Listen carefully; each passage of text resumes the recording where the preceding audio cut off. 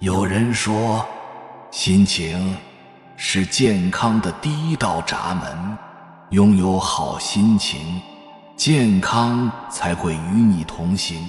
正所谓，你有10000种功能，你可以征服世界，甚至改变人种。你没有健康，只能是空谈。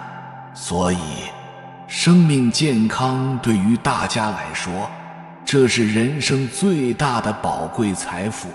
拥有了健康，才会有人生的幸福；拥有了健康，才会有人生的未来。健康是拥有一切的前提。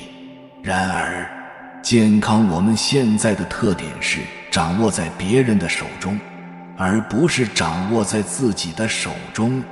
原因在哪里呢？是因为大家没有掌握生命健康的真正奥秘。在这个影片中，我将带从信息、能量、物质的角度来揭示生命的奥秘，疾病与健康的本质。很简单，也很容易理解。只要大家掌握生命健康的真正奥秘，我相信你和你家人的健康都掌握在你自己的手中。现在，我将为你详细解释其中的精华。这个影片会有点长，为了你和家人的健康，建议你耐心地看完。越往后看，你就会越明白生命的奥秘。如果你当下没空看完，请记得先订阅保存，以免关闭后再也找不到了。也请你分享给你身边最重要的人，尤其是老年人，这将对他们的健康长寿非常的有帮助。生命的本质，宇宙的一切说透了，就是信息、能量、物质周而复始的运动变化。物质是看得见的，能量是能够感觉到的，但是不是所有的人都能感觉到能量，这和个人的修为有关。物质是能量聚集的结果，气是物质释放的能量。这是现代人，包括科学家对生命物质现象的最根本的归纳。也就是说，能量和物质实际上是一不是二，但是物质也好，能量也好，它们不可能单独存在，它们都承载着一定的信息。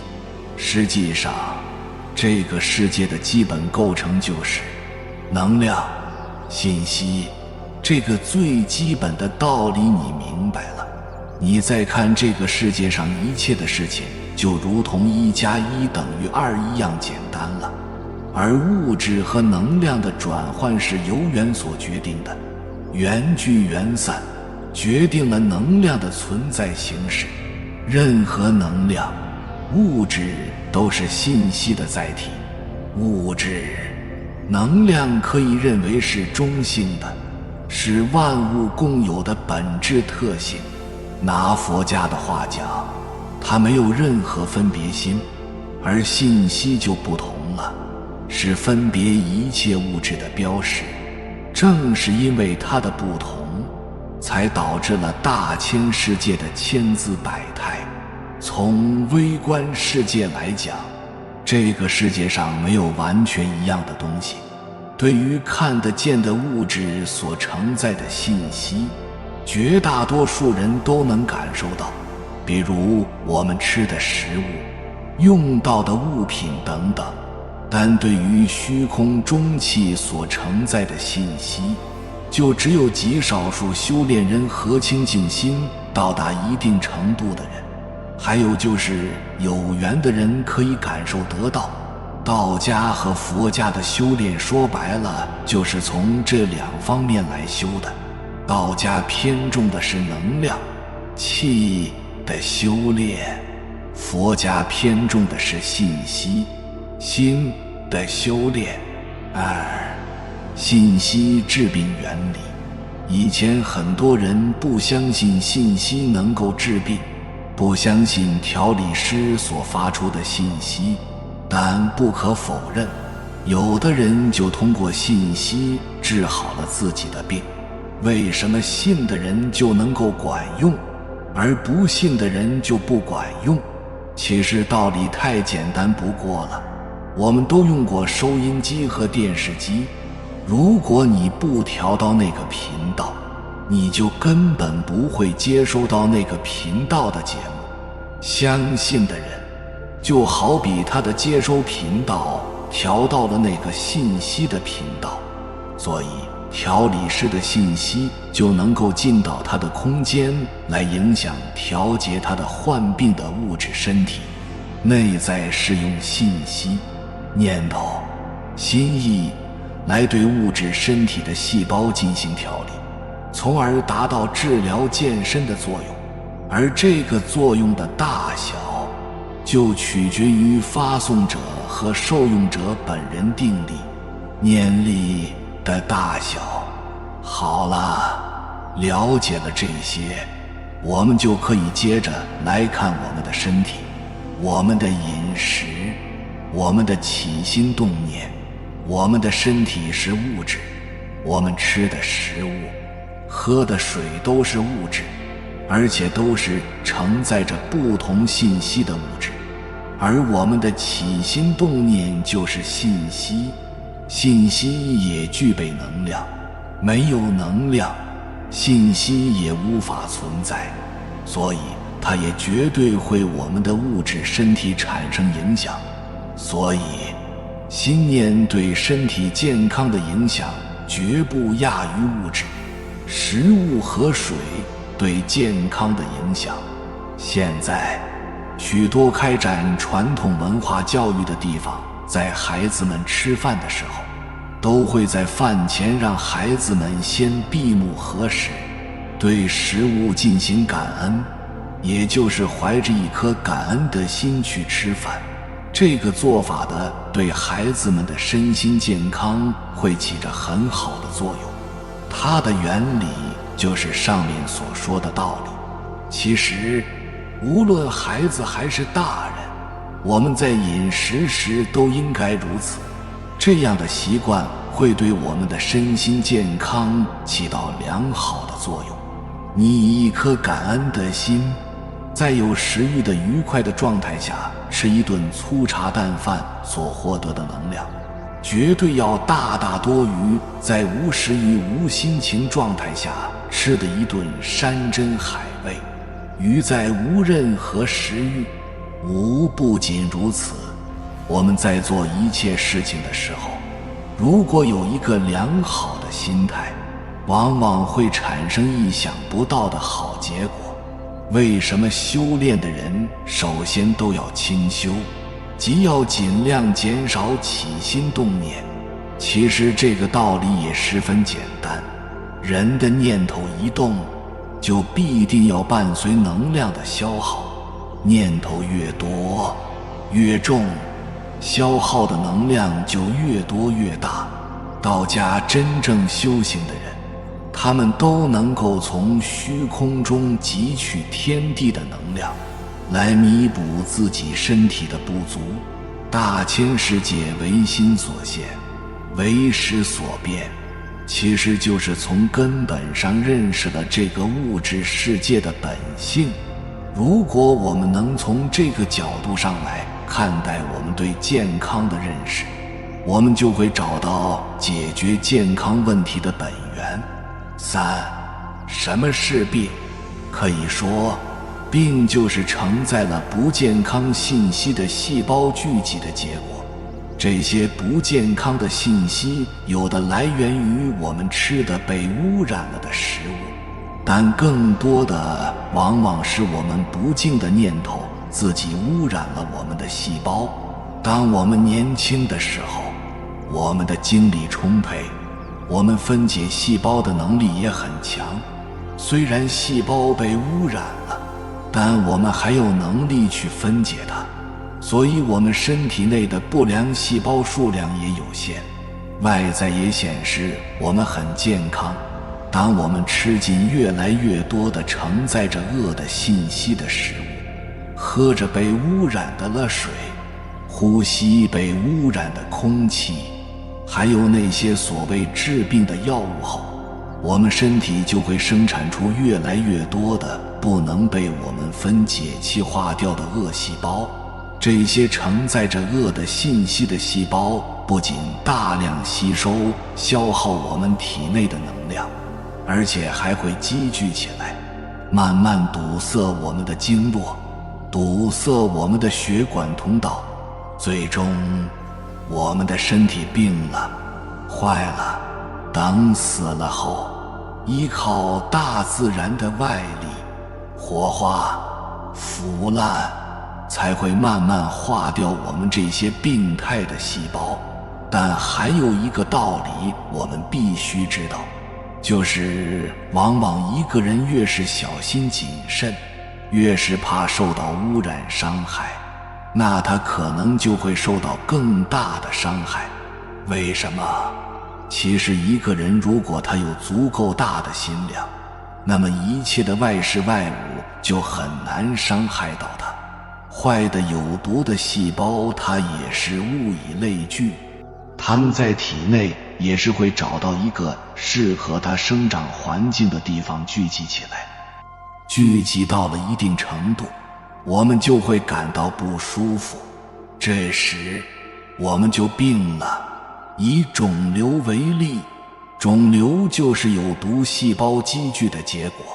当你通过手术把肿瘤拿掉后，如果你制造有毒细胞的源头没断，包括有毒的饮食、恶的心念、不良的生活习惯、外在精神方面的压力等等，那么过了一段时间，它还是会找到一个新的适合它们生长的环境积聚起来。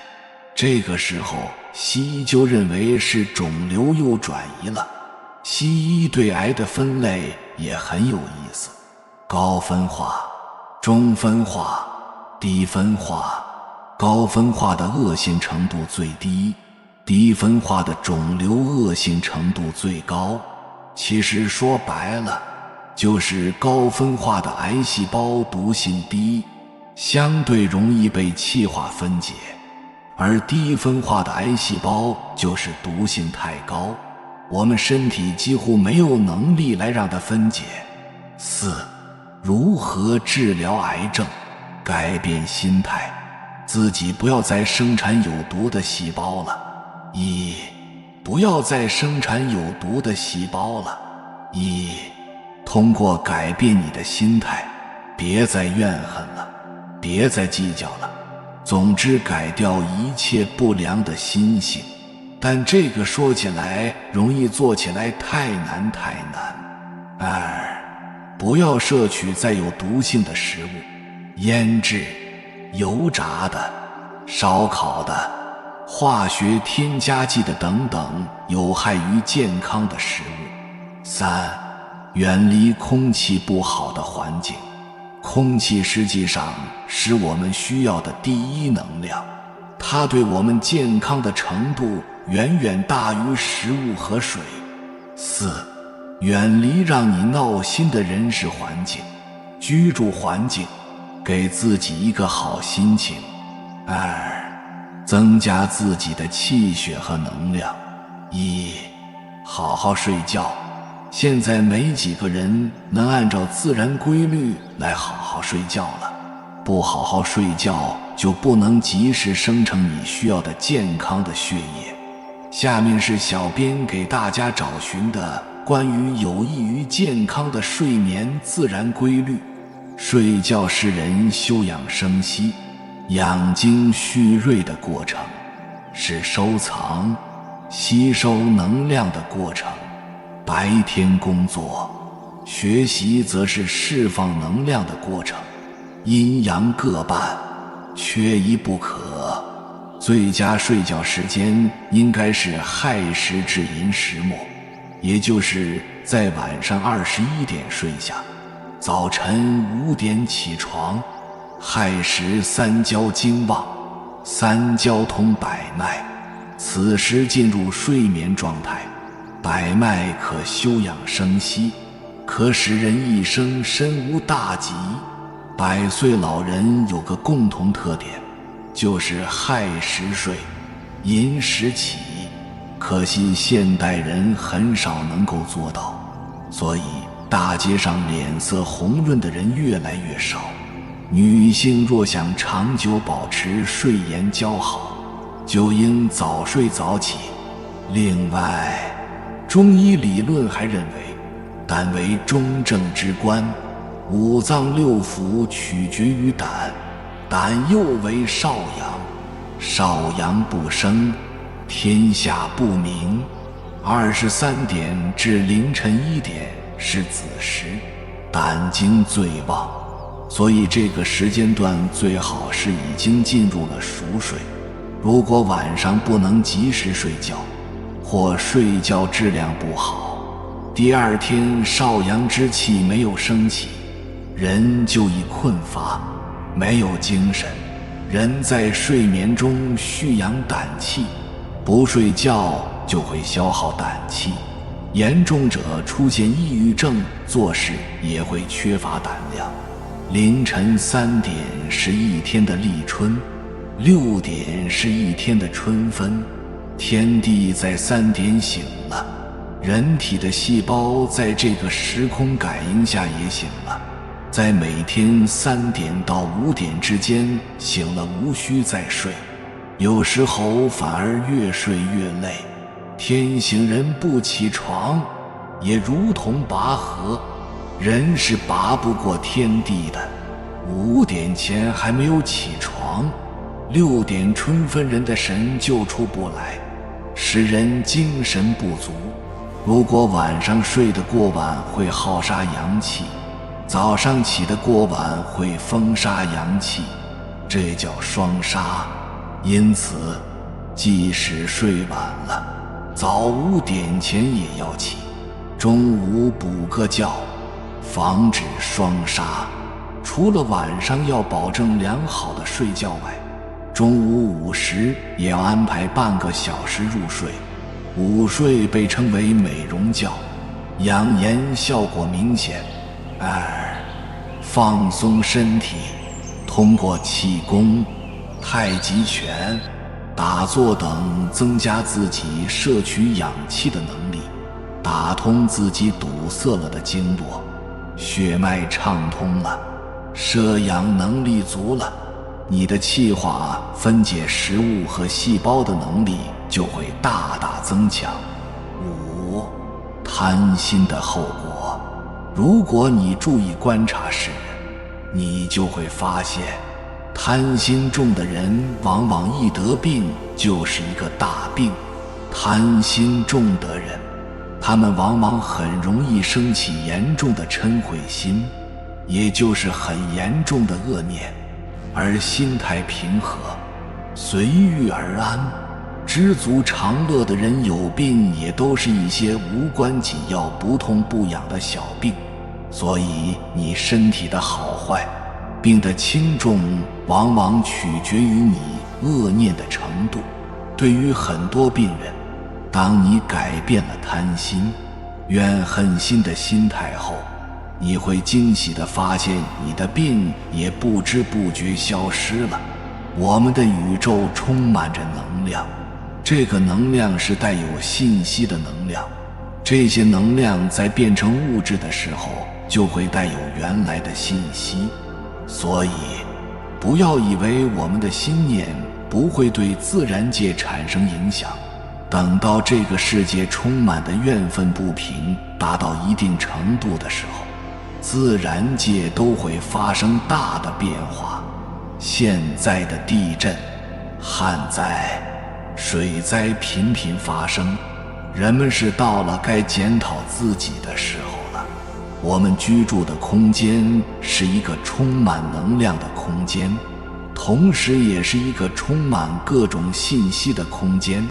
人类要想使世界和平安宁，就要从改变自己的起心动念开始，多一个善念，就是向空间提供了一份善的能量。善念多了，大自然也会给我们带来风调雨顺的环境，我们就会有一个健康的身体和一个和平安宁的世界。反之，多一个善念，空间就多了一份恶的能量，恶的能量聚集起来，带给我们的就是疾病、战争和自然灾害。6、化解带有有毒信息细胞的方法。1、增加气血水平，也就是增加自己体内的阳气，这是靠外力来化解毒细胞的方法。2、靠改变新的念头来使毒细胞的有毒信息由恶变善。现在流行着一种性理治病的方法，其实这个原理就是通过念头的由恶变善而使得毒细胞的信息发生了变化，从而使得变善的细胞容易分解所致。7、吃药是以毒攻毒的办法，有时候当时是觉得有效，因为它的确杀死消除了原来那个积聚了不健康信息的物质，细菌和病毒，但它本身却又是积聚了毒性的物质存在了你的体内。这个含有毒性的物质积聚到一定量的时候，又会变成新的使你不健康的因素。有因必有果，这个因造下了，果迟早是会出现的。现在的高血压、糖尿病、冠心病等慢性病，第一可以说是生活方式病，第二也可以说是西药药物所导致的终身疾病。怨恨、焦虑往往会使你的细胞带有毒素，而恐惧往往会直接快速地卸掉你的能量。其实当我们生病的时候，最根本的办法是从源头上去掉病因。怎么找？我们可以按照饮食、起居、环境、心性分别去检讨自己。前3个一般都容易解决，然而最重要的还是从内心上自省一下，你的内心是否长期怀有怨恨、焦虑、恐惧等不良的信息源？这些恶的信息源不除，想治好病是完全不可能的。仔细分析一下，你自己就会都感觉愚蠢之至。当我们第一次发现自己通过体检，经过医院化验，这高那高，这不正常那不正常，我们往往第一想到的是吃什么药能让这些个指标恢复正常，而不去检讨自己为什么会不正常，不去检讨自己在这之前都做了什么不正常的事，自己的身心在这之前是否处于正常状态。如果我们能懂得真正的养生之道，理智地分析一下自己的情况，就不难找到真正的原因，然后消除这些不正常的原因。那我们不是很快的就会恢复正常吗？8、医院的化验检查结果是怎么回事？其实每个人的身体就是一部生物机器，需要外来的食物、空气、水，然后通过我们体内的酶以及五脏六腑的运化，来把这些东西转化成我们需要的能源，也就是血液。血液是我们身体的能源，但还不是能量。血液继而濡养我们的细胞，细胞分解转化成气，气才是我们最终需要的真正能量，是我们一切活动的直接动力。周而复始，气足了，消化能力才强。也就是造血能量也强，这是相辅相成的，这也才是良性循环。当我们的精神、饮食活动长期不正常的时候，你自己想想，你还能生产出正常的产品血液吗？血液的指标会正常吗？不正常了怎么办？医院马上会让你吃药来达到所谓的指标平衡，而当这些药物进到你的身体后，你想想看，这些身体本不需要的东西长期进入你的胃口，你还想造出原来你所需要的纯净能源、健康的血液吗？不能。不能的结果是什么？当然就是你脏腑的病变了，这些加工厂不能正常工作了，你也就生产不出纯净的能源了，你的动力自然就会下降，周而复始，就变成了恶性循环，从而加速走向死亡。把食物变成血液需要吸收能量，也就是说，我们为什么要睡觉？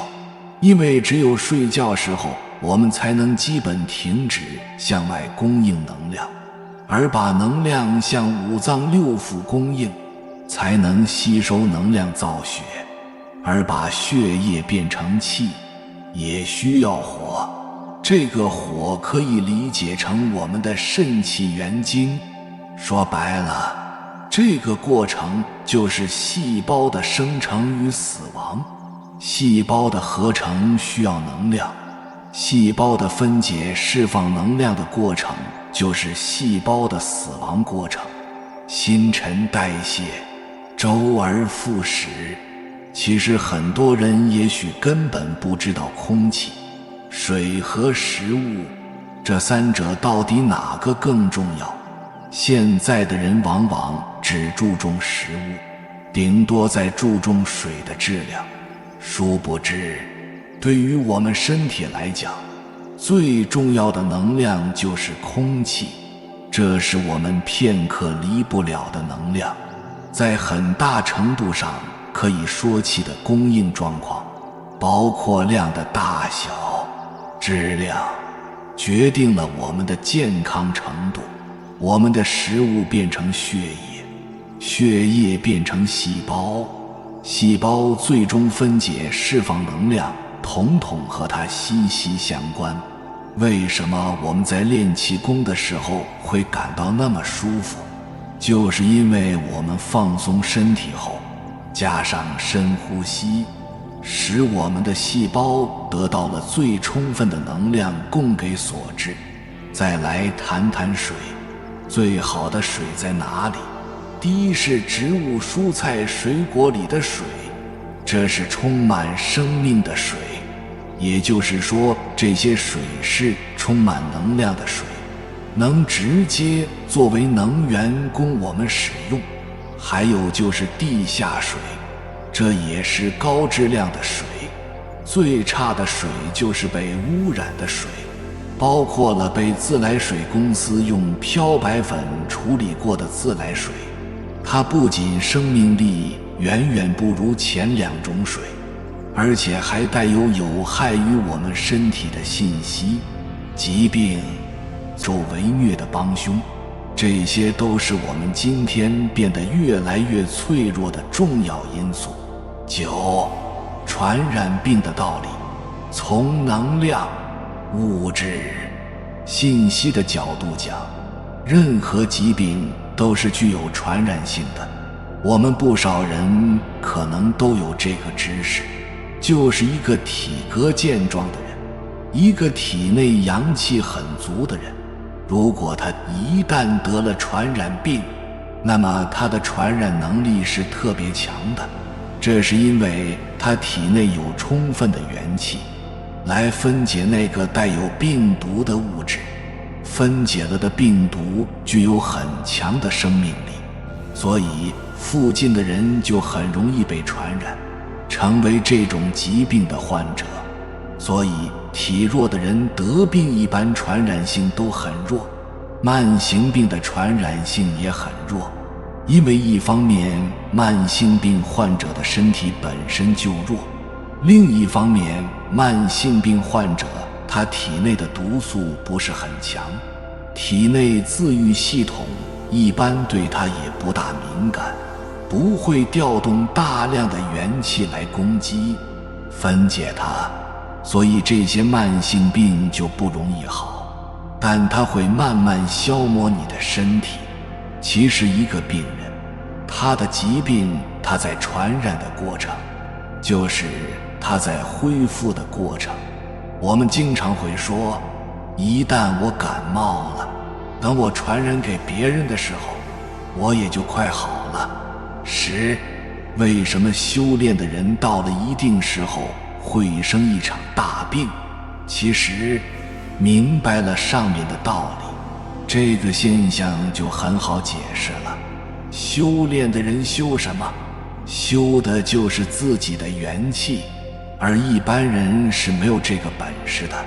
一般人只能补充后天之气，补充气血。修炼的人不仅能补气血，更能修补元气。当他的气血和元气达到一定水平的时候，他的气化能力，也就是分解那些平时分解不了的有毒细胞的能力会大大增加。一旦达到了这个点，体内的毒素就会被气化分解。气化分解的结果就是普通人所认为的得了大病。如果你没有认识到这个现象的本质，而把它真的当作大病来治，尤其是用了西药的方法，那最终的结果往往就是死路一条。所以过去修行的人在闭关修炼的时候，都要有人来保护，防止的就是被不懂的人所误害。实际上不仅修炼人如此，就是常人，当他的气血达到一定水平的时候，也会出现生病的现象，而这个时候人们往往用西药来对待他。那么这样做的后果就是越治越坏，最后真的就病入膏肓了。我们平常多半的生病现象，往往就是身体在分解有毒细胞的过程，也有人称之为修补或自愈的过程。所以你要是个有智慧的人，当你出现生病现象的时候，就应该根据自己的情况判断自己到底是真病还是假病，这样你才不会被错误的治疗所伤害。11再来解释一下辟谷。辟谷的主要作用就是通过特殊的呼吸方法，吸收天地的能量，加上节省用来分解食物的自身能量，集中精气来分解体内的有毒细胞，也就是体内的毒素。所以当真正开始辟谷的时候，身体会渐渐散发出难闻的气味，这就是毒素开始分解的一个现象。12什么是同气相求？同气相求是大自然的一个根本法则。同气相求，求什么？求的就是具有相同信息的能量，自然界的一粒种子，一个生命。为什么它会长成那个样子，而不是其他的样子？就是因为它吸收了大自然中具有和它相同信息的能量。心想事成是每一个人的梦想，那么如何实现它呢？道理也很简单，你只要具有实现这个梦想的坚定信念，那么具有这个信息的能量就会向你聚集。总有一天你会具备实现这个梦想的能量，最终你会实现这个梦想。好啦，我们再回过头来说说疾病与健康。我可以很明白地告诉你，当你生病的时候，那你就去想如何做能健康就好了，千万不要去想如何治你的那个病。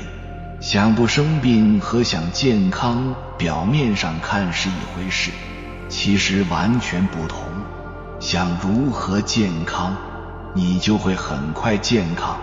老是去想吃哪个药能治你的病，老是担心失去健康，老是想你的病如何，那你就会永远被那个疾病缠绕。为什么？因为再有那个疾病信息的能量，老是被你心中想的那个疾病信息吸引，所以你就总是会被这些不良的信息所包围。好好想一想，我们每个人可能都有这个体会，当你生病的时候，其实它都是在你不知不觉的时候好的，也就是说，当你不想病的时候，它才慢慢好起来的。所以说，很多人都有这个体会，当你专心致志长期做一件事的时候，蓦然回首，你的慢性病，你的顽疾在不知不觉中康复了。我们身边这样的例子举不胜举，有人说病是想出来的，简简单单就道出了生病的奥秘。13. 不同的信息体现不同的能量。其实不同的信息体现在能量上，就是能量的频率，振幅不同。学过物理学的人都会明白这个道理。下面我从信息这个角度解释一下，为什么安慰剂有时候能够起到治病的效果。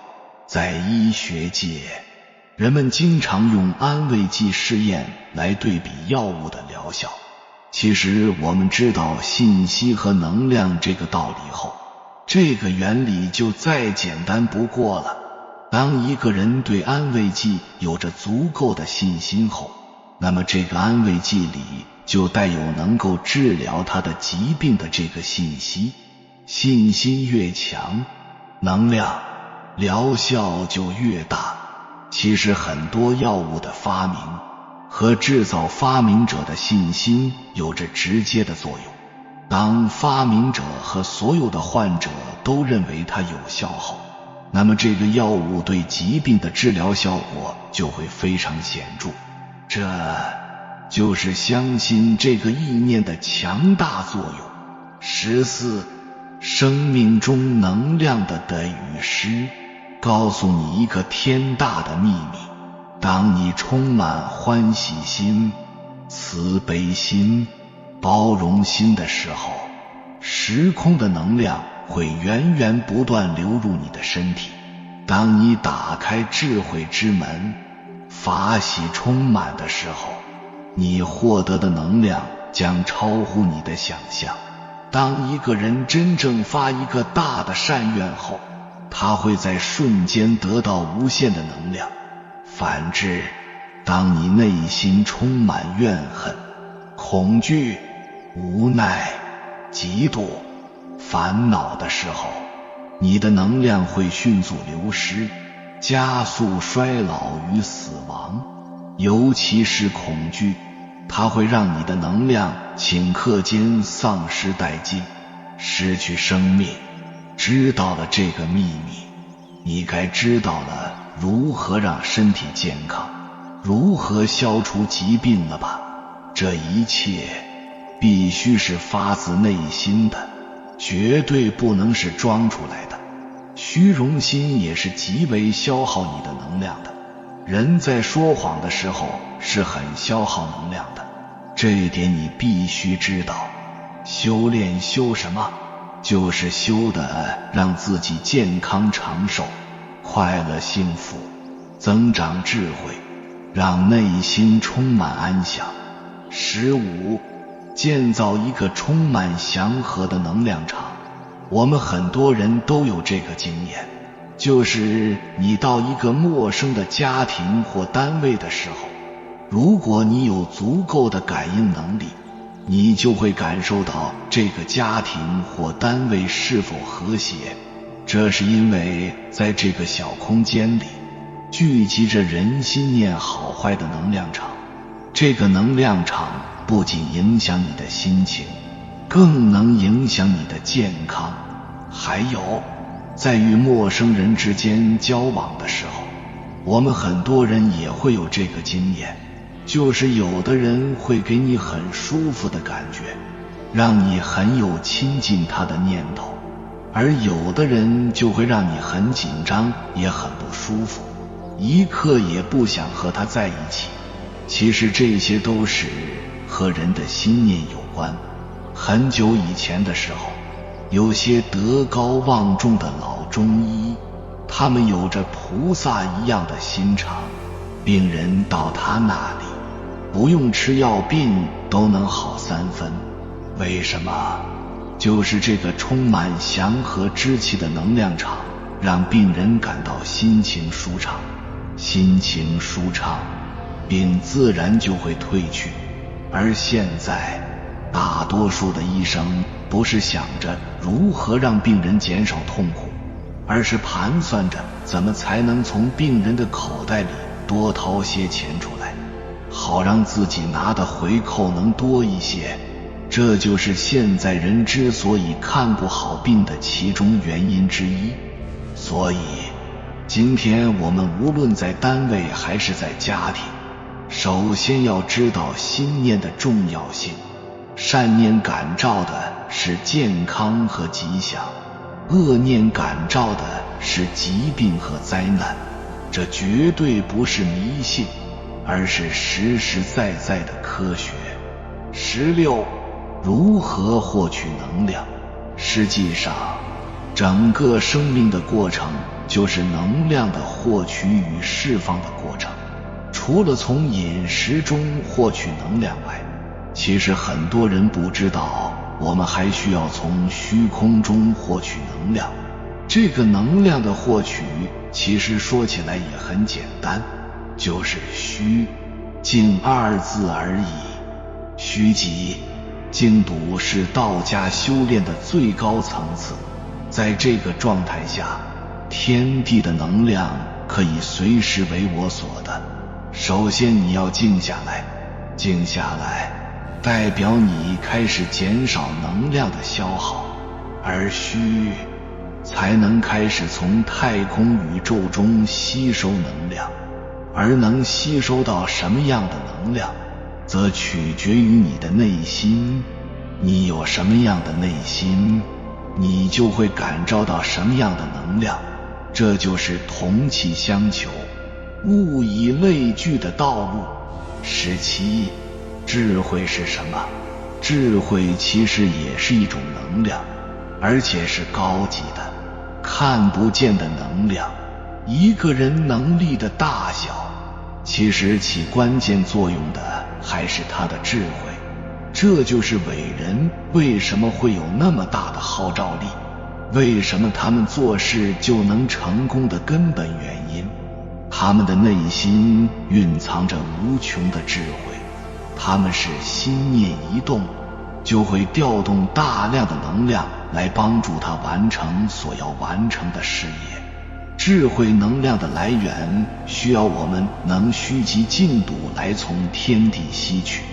一个静不下来、虚不下来的人是不可能有什么大智慧的。还有非常重要的一点就是，一个人拥有的能量大小是和他的心量完全成正比的。他的心量有多大，他吸取的能量就会有多大。能量越大，能力就越强。但任何人的能量状态都是在不断变化的，我们要善于把握时机，该干的时候干，不该干的时候就要韬光养晦。19. 起心动念皆是能量的消耗，我们的能量消耗主要是通过起心动念消耗的。你每发出的一个念头都是通过能量的消耗来完成的，佛道为什么强调心要清净？其实就是要你减少起心动念，减少能量的消耗。什么是禅定？禅定就是身体几乎处在能量不消耗的状态下，就和电脑待机的状态差不多。一个人命的能量构成。我们知道生活在现实当中的人，每个人的命都是不同的。命看起来复杂，其实说透了也很简单。从能量的角度讲，一个人的命无非就是由体能、智能、德能三部分构成。再细分的话，德能是一个人能量的树根，慧能是一个人能量的树干，体能是一个人能量的枝叶。一个修炼人修，也就是修这3个方面。身体中能量的传递通道。很简单，身体中血管就是能源，血的传递通道；经络就是能量，气的传递通道；神经就是信息的传递通道。经络为什么会不通？为什么会痛苦？经络不通，从根上讲，其实就是心里有障碍了。心有一处不通，则身体就会对应有一条经络堵塞。心是掌管信息的，而信息和能量是不可分割的，所以能量通道堵塞了，首先要从心来调整。一位德高望重的老和尚就曾经说过，一个人他每一个痛苦都有一个罪恶与之相对应，心里的罪恶不除，痛苦就不可能解除。那么什么东西会堵塞我们的心呢？怨恨、恼怒、烦、贪嗔痴慢疑，这些就是堵塞我们清净内心的罪魁祸首。所以我们要解除身体的痛苦，首先就要保持一颗无私无欲的清净心。从另一个角度说疾病，当我们有病的时候，都会感觉到身体相对虚弱，能量不足。从佛家的角度讲，人的疾病的真正的因是过去杀生，食种生肉所造。那么从这个角度讲，人病了，特别是那些炎症等有病灶的疾病，何尝不是那些过去的众生现在来向我们讨债的果报？过去我们吃他们，从他们身上得到了能量，现在他们得到机会来到我们身上，索取我们欠他们的能量。所以这个时候我们应该心甘情愿还他们的债，而不是用药物驱赶他们，那样的话只能加重我们欠他们的债务。好啦，感谢你看到最后，如果今天的视频对你有所帮助，请按个赞给我响应，留下一句健康是最宝贵的财富。我祝你健康喜乐，每天都能有个好心情，把健康掌握在自己手中。还没有订阅频道的，请点击右侧的订阅按钮，与我们建立更深的连接。